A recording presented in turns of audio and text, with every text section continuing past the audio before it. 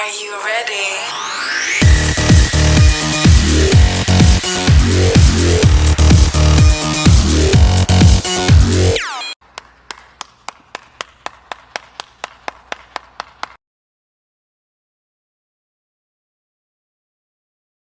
Perkenalkan, nama saya Nindya Ramayanti. Nah, di sini saya akan menjelaskan tentang sinergi ilmu dan integrasinya dengan nilai dan ajaran Islam. Nah, Islam menghargai pengembangan dan pengelolaan iptek sebagai sumber daya ketakwaan umat Islam kepada Allah Subhanahu wa Ta'ala dan perluasan amanat khilafah. Khilafah itu disebut dengan wakil atau kuasa Tuhan di muka bumi untuk pengabdian kepada umat manusia dan menyebarkan rahmat ke seluruh dunia. Nah, dalam pengertian Islam, kecerdasan bukanlah otak, melainkan daya pikir dalam jiwa manusia untuk memperoleh ilmu dengan memperhatikan sapaan sekitarnya. Al-Quran memiliki banyak anjuran bagi umat Islam untuk mencari ilmu. Sebagaimana firman Allah dalam Quran Surah Al-Alaq ayat 1 yang artinya, kembalilah, sebutkan nama Tuhanmu yang menciptakan. Ciri lainnya adalah kesadaran agar umat Islam lebih banyak menuntut ilmu mengetahui, semakin dekat dan dia merasakan keagungan Allah. Menurut Said Hosni Nasr, bahwa perkembangan ilmu ulama klasik tidak hanya diilhami dengan semangat ilmiah, tetapi juga untuk mengungkapkan kearifan sang pencipta dalam karya kreatifnya. Baik, selanjutnya paradigma ilmu tidak bebas nilai. Paradigma ilmu tidak bebas nilai ini memandang sains sebagai wujud selalu berkembang teguh pada nilai yang kita kembangkan, mempertimbangkan sisi nilai. Salah satu filsuf tersebut, Habermas, menyatakan bahwa pengetahuan meskipun itu adalah ilmu alam tidak bebas nilai karena setiap ilmu selalu memiliki keunggulan teknis. Pengetahuan yang tidak berharga percaya bahwa pengetahuan selalu relevan nilai dan harus dikembangkan dengan nilai dalam pikiran. Jelas, tidak mungkin memisahkan sains dari nilai kepentingan politik, ekonomi, sosial, agama, lingkungan, dan kepentingan lainnya, dan seterusnya. Paradigma ilmu bebas nilai atau value free knowledge sering disebut value free dalam bahasa Inggris yang artinya sains dan teknologi bersifat mandiri. Bebas hasil berarti semua kegiatan ilmiah harus didasarkan pada hakikat ilmu itu sendiri. Sains menolak campur tangan faktor luar yang tidak menentukan sains itu sendiri. Pendukung paradigma ini menginginkan sains netral, nilai baik secara ontologis maupun aksiologis. Assalamualaikum warahmatullahi wabarakatuh. Perkenalkan, nama saya Sharla Moza Kalista dengan NPM 2205170006. Di sini saya akan sedikit menjelaskan tentang perlunya akhlak Islami dalam penerapan iptek. Perlunya moralitas Islam dalam penerapan sains dan teknologi. Al-Qardawi tahun 1989 mengemukakan pentingnya mengembangkan akhlak Islami dalam pengembangan Islam. Bahwa akhlak Islami ini yang harus diperhatikan, ada beberapa yang harus diperhatikan dalam pengembangan ilmu pengetahuan ini. Yaitu yang pertama ada rasa tanggung jawab di hadapan Allah, yang kedua ada tugas ilmiah, yang ketiga ada tawadu, yaitu tidak perlu menangani orang yang benar-benar berpengalaman pengkhianatan dan bukan memperbudakkan perasaan yujubi mengagumi diri sendiri. Yang keempat yaitu ada izah, perasaan mulia yang merupakan fadilah yang paling tepat bagi umat Islam. Yang kelima yaitu ada tetapkan prioritas dan gunakan ilmu. Yang keenam ada menyebarluaskan ilmu. Yang ketujuh ada hak cipta dan penerbit. Pentingnya akhlak Islam bagi pengembangan ilmu pengetahuan agar ilmu ini tidak menjadi bencana bagi kehidupan manusia dan kerusakan lingkungan di muka bumi. Assalamualaikum warahmatullahi wabarakatuh. Perkenalkan, nama saya Maria Mananti Ramde. Saya akan menjelaskan mengenai potensi manusia, jasmani dan rohani dalam perkembangan iptek. Potensi manusia dibagi menjadi dua, yaitu potensi jasmani dan potensi rohani. Potensi jasmani yaitu dapat diartikan sebagai fisik dalam kebutuhan sehari-hari, dan potensi rohani yaitu sebagai kejiwaan mental dan kondisi psikis seseorang.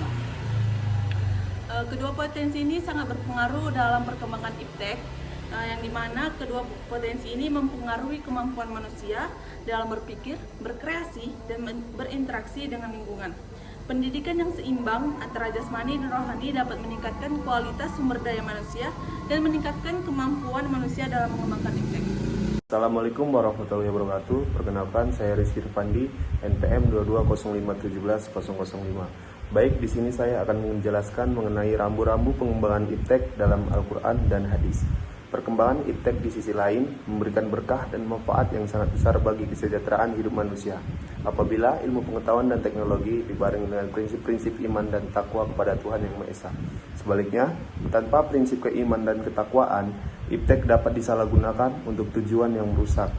Al-Quran sebagai landasan seorang muslim dalam kehidupan ini memberikan kejelasan bahwa Tuhan menciptakan manusia dengan potensi akal untuk memahami unsur-unsur alam, untuk mempelajari dan menggunakan benda-benda bumi dan langit untuk keperluannya. Allah Subhanahu wa Ta'ala berfirman dalam surat Al-Isra, "Dan sesungguhnya kami memuliakan anak Adam, memperanakan mereka di bumi dan di laut, memberikan mereka kebaikan dan menjadikan mereka sempurna dalam manfaat di atas sebagian besar makhluk yang kami ciptakan." Quran Surat Al-Isra ayat 17. Dalam ayat ini, Saqara Al-Quran artinya menunduk atau merendahkan. Maksudnya adalah alam semesta ini dengan segala kelebihannya harus tunduk dan dianggap lebih rendah dari manusia. Peran manusia di muka bumi sebagai khalifah menundukkan alam semesta pada pemimpinan manusia yang sesuai dengan kehendak Allah Subhanahu wa Ta'ala dalam firman-Nya, "Allahu yang meninggi langit tanpa tiang sebagaimana yang kamu lihat. Kemudian ia bersemayam di atas Ar-Rasy, menundukkan matahari dan bulan. Masing-masing beredar hingga waktu yang ditentukan. Allah mengatur urusan atau makhluknya, menjelaskan tanda-tanda kebesarannya, supaya kamu meyakini pertemuanmu dengan Tuhanmu." Quran Surat Asy-Syura ayat 13. Allah menurunkan ayat-ayatnya atau tanda-tanda kekuasaan dalam bentuk ayat-ayat kauliyah dan kauniyah. Menurut ayat Islam, kauliyah memberikan petunjuk atau syarat tentang kebenaran ayat kauliyah, seperti surat An-Nur ayat 43. Surat yang menunjukkan terjadinya hujan, surat Al-Mu'min ayat 12-14 menunjukkan tentang keseimbangan dan kestabilan tata surya. Dan masih banyak lagi. Dengan demikian, keterkaitan antara ayat-ayat kauliyah sebagai petunjuk pewahyu yang memberikan petunjuk global tentang fenomena iptek membantu menjelaskan dan mendamaikan ayat-ayat kauniyah. Ini adalah sunatullah yang berlangsung tanpa gangguan. Assalamualaikum warahmatullahi wabarakatuh. Perkenalkan, nama saya Nadila Siregar. Saya di sini ingin menjelaskan mengenai kebenaran Al-Quran dan iptek pada ayat kauniyah. Ayat kauniyah merupakan tanda-tanda kebesaran Allah yang bisa dilihat dari fenomena alam untuk mengenal dan menguatkan iman kepada Allah Subhanahu wa Ta'ala. Salah satu contohnya adalah bagaimana penciptaan bumi yang didasari oleh teori Big Bang. Hasilnya adalah terdapat cahaya yang dipancarkan oleh bintang-bintang yang bergeser ke ujung merah spektrum. Penjelasan ini hampir sama dijelaskan oleh ayat Al-Quran pada surah Al-Anbiya ayat 30. Bagi ayat kauniyah dan ayat kauliyah berasal dari satu, yaitu Allah Subhanahu wa Ta'ala, dan ayat-ayat tersebut harus searah dan tidak boleh bertentangan. Assalamualaikum warahmatullahi wabarakatuh. Saya Divan Erlangga Wicaksono, NPM 2205-170043. Menurut pemahaman Islam, pengembangan dan penerapan ilmu pengetahuan dan teknologi harus didasarkan pada prinsip-prinsip etis berdasarkan ajaran Islam. Islam menganjurkan penggunaan akal untuk mengamati dan memahami fenomena alam serta mengembangkan ilmu pengetahuan dan teknologi. Al-Quran adalah sumber inspirasi bagi para ilmuwan yang mempelajari dan mempelajari alam. Islam juga mengakui hubungan antara agama dan sains karena keduanya berasal dari Tuhan. Al-Quran memuat tanda-tanda kekuasaan Allah secara verbal dan alami yang memberikan petunjuk dan informasi tentang berbagai fenomena. Islam juga mempromosikan kesetaraan melalui dakwah, zakat, dan bentuk amal lainnya. Di sini dapat saya ambil kesimpulan, Islam menerima integrasi antara agama dan sains, perkembangan ilmu pengetahuan dan teknologi dapat membawa manfaat yang besar bagi kesejahteraan manusia apabila dilaksanakan sesuai dengan prinsip-prinsip keimanan dan ketakwaan kepada Allah yang Maha Esa.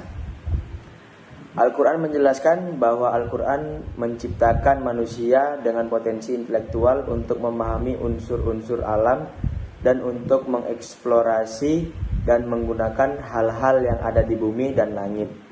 Namun tanpa prinsip keimanan dan ketakwaan, iptek dapat disalahgunakan dan dirugikan. Oleh karena itu, Islam menekankan pentingnya memadukan antara iman, ilmu pengetahuan, dan teknologi. Mungkin ini saya yang dapat kami sampaikan, lebih dan kurangnya kami mohon maaf. Assalamualaikum warahmatullahi wabarakatuh. Audio Jungle.